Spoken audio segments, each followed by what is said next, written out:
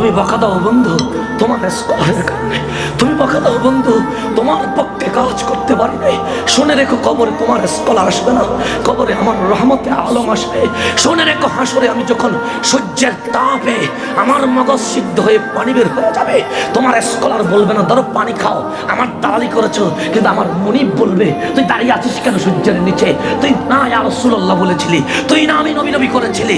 আয়, তোর বাবা তোর পরিচয় দেয় নাই, তোর মা তোর থেকে দূরে সরে গেছে, তোর ভাই তোর পরিচয় দেয় নাই, আজকে তোর কেউ যখন নাই, তোর মুনিব বুকটা খুলে দিয়েছে, আয় তোর আমি পানি পান করাইয়া দিব। আমি কি ওই নবীর পক্ষে কথা বলবো না? আমি কি ওই নবীর পক্ষে দালালি করব না? আমি কি ওই নবীর পক্ষে গিয়ে বেয়াদবের রাসূলের বিপক্ষে বলবো না? তোমার দরবারে তোমার কদমে আমি বিচার দিয়ে গেলাম।